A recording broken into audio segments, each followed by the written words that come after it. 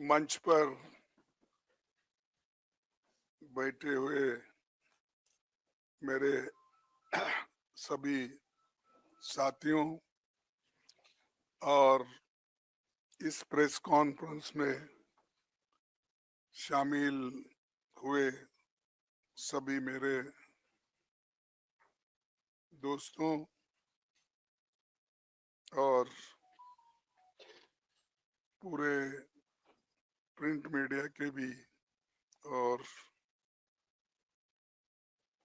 Channel के भी जितने भी लोग यहाँ आए हैं उन सब का मैं कांग्रेस पार्टी की ओर से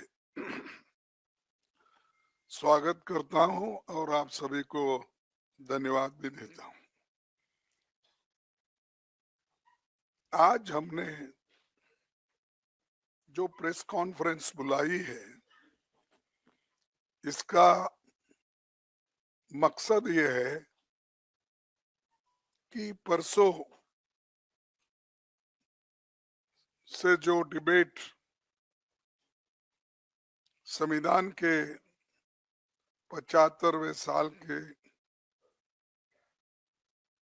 जो एक उसका जर्नी बोलो इतिहास बोलो उसके बारे में एक डिबेट हो रही थी और डिबेट के समय सारे पक्ष के लोग अपने अपने मुद्दे रखे। संविधान के बारे में कोई अच्छा बोला, किसी ने उसको तोड़ मोड़ के और किसी ने तो अपने उसको एक टॉन्ट मारने के दृष्टि से भी बात किया गया। तो हम ये चाहते थे कि संविधान का जो ये संविधान के बारे में एक उसका उत्सव मना के सब देश के नौजवानों को समझाने का, जो आजादी के बाद पैदा हुए, जो हमारे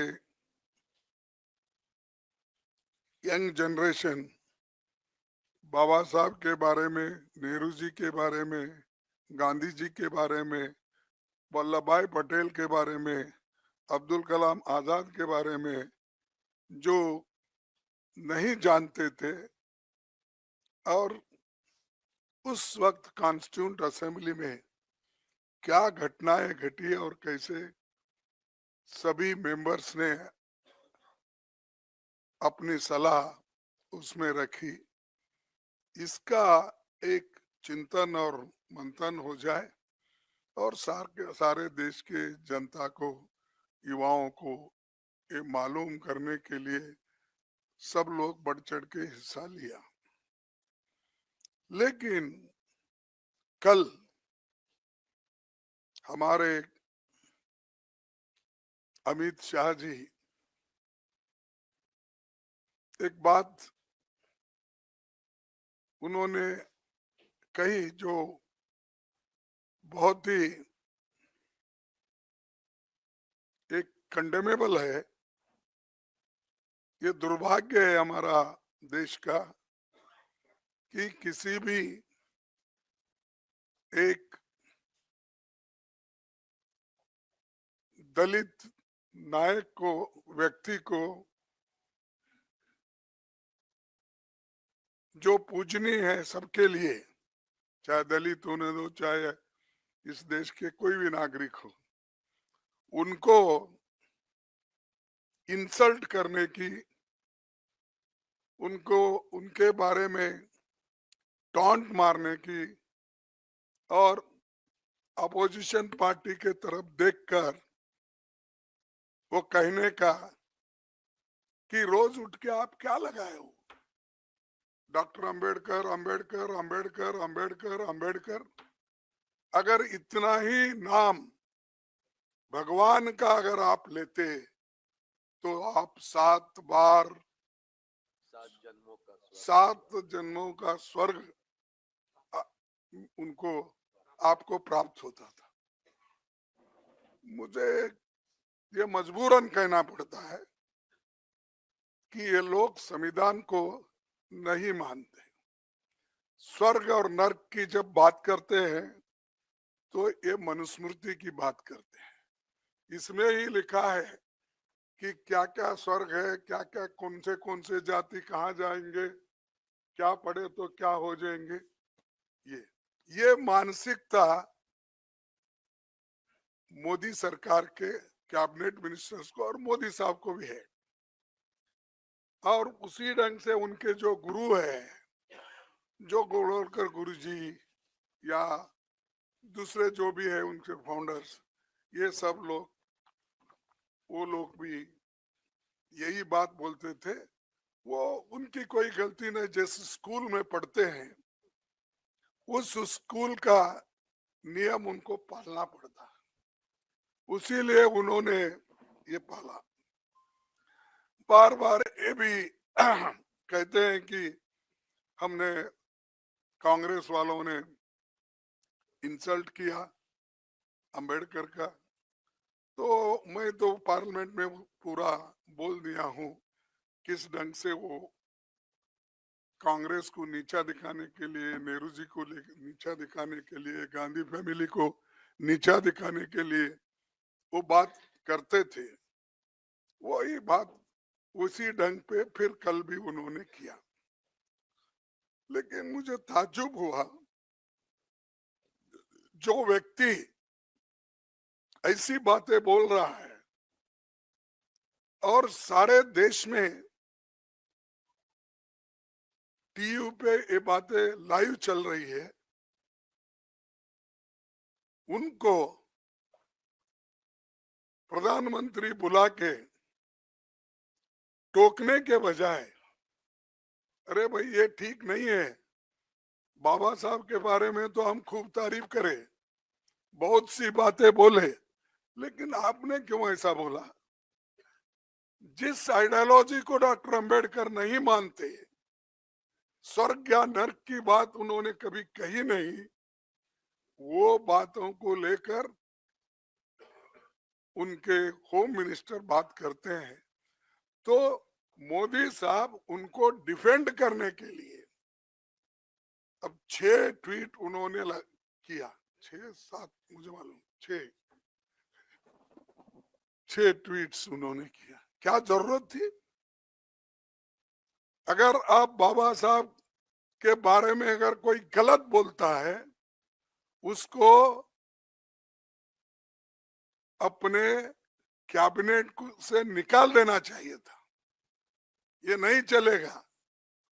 लेकिन दोनों बड़े गहरे दोस्त हैं, एक दूसरे के पाप को सपोर्ट करते हैं,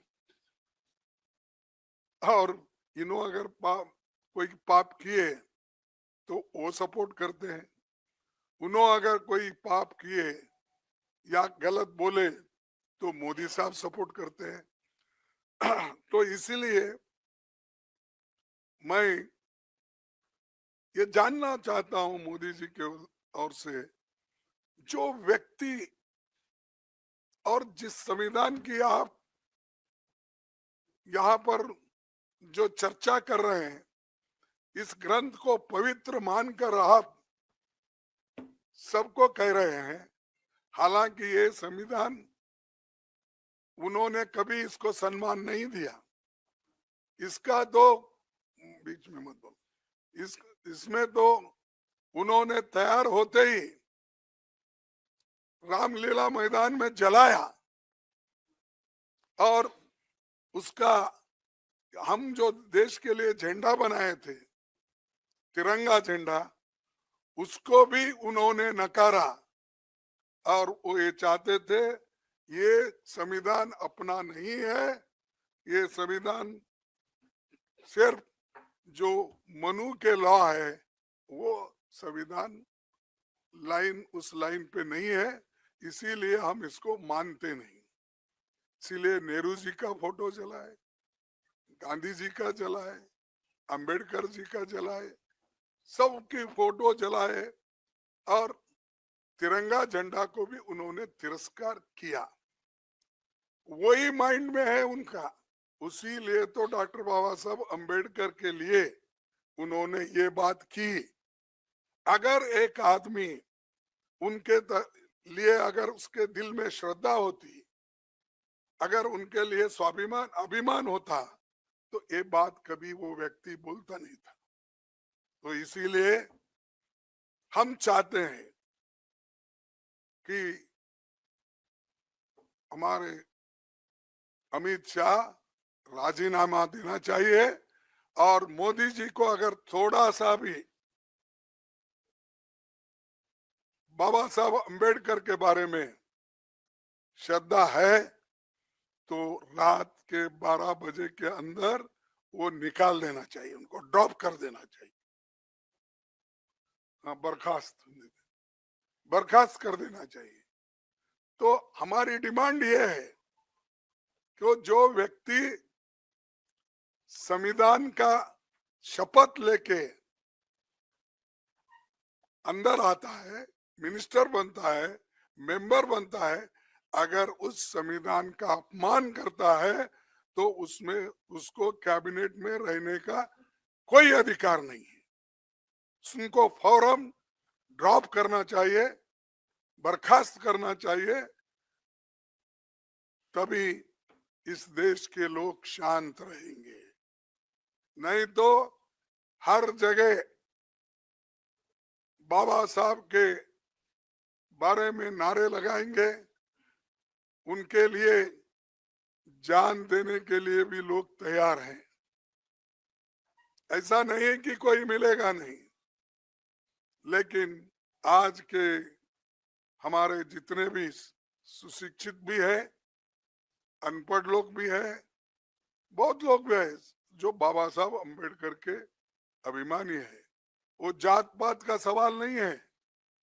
बाबा साहब अंबेडकर सबके हैं, वो बैकवर्ड के भी है और जो अति पिछड़े हुए लोग हैं, इकोनॉमिकली जो वीकर है, ये सभी लोग उनके हैं। कभी उन्होंने जात पात पर बात नहीं की, इसलिए क्योंकि वो चाहते थे जो शोषित वर्ग है, जो दलित है, जो बहुत ही कुचला गया है, उसके बारे में बात करते थे। इसका मतलब ये नहीं कि वो दूसरों के बारे में कोई सिंपत्ति नहीं रखते थे, ये नहीं है, या उनके लिए कुछ नहीं लिखा। अरे डॉक्टर बाबा साहब अम्बेडकर संविधान में तो 2 कलम, आर्टिकल 3 रिजर्वेशन के है ना, 15(4) और 16(4) का तो सबको लागू है, लेकिन रिजर्वेशन का बोल रहा हूं मैं, जो है इसमें मैं आपको बताऊंगा। वो सिर्फ उतने कॉलम छोड़ के, आर्टिकल छोड़ के, बाकी सभी आर्टिकल्स सबके लिए है।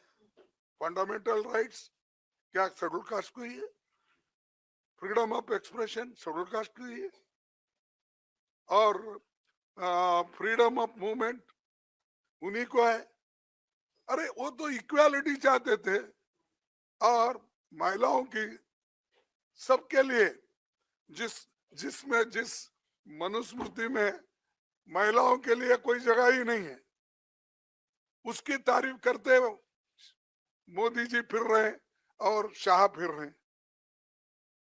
तो इसलिए मेरा एक प्राइम मिनिस्टर को कहना है, अगर आप बाबा साहब के उनके बारे में कोई थोड़ी सी जगह अगर आपके पास है तो फौरन मोदी जी को, अमित शाह जी को हटा देना चाहिए, बर्खास्त कर देना चाहिए। और अगर नहीं करते ये तो सब बाबा साहब अम्बेडकर के लिए जो बोल रहे ये सब नाटक है, ड्रामा है, ये मैं कहूँगा। तो इतना कहते हुए मैं यही कहूँगा कि आज हमें प्रेस इतने जल्दी में जो बुलाए और आप लोग जो आए, इसलिए मैं आप समाज का धन्यवाद करता हूँ। और वो देश के सामने एक तो हम पूछ रहे हैं उनको मोदी जी बर्खास्त करना, एक पूछ रहे हैं हम देश के लोगों से माफी मांगना, या कोई दलितों का या दूसरों का नहीं, देश के लोग जो सब जिनका संविधान के ऊपर विश्वास है और इस देश के लोगों से माफी मांगकर और वो राजीनामा देकर बाहर आना चाहिए, और अगर नहीं देते तो मोदी जी उनको आज किसी ना किसी तरह से बर्खास्त करना चाहिए। यही मेरी आप सब लोगों से विनंती। शुक्रिया कांग्रेस अध्यक्ष जी। अभी खरगे जी ने आपके सामने, देश के सामने बिल्कुल साफ कर दिया है कि कांग्रेस पार्टी क्या चाहती है प्रधानमंत्री से। अभी इस वक्तव्य के बाद मैं नहीं समझता हूं कुछ सवाल जवाब की जरूरत है। शुक्रिया साथियों। ये मेरा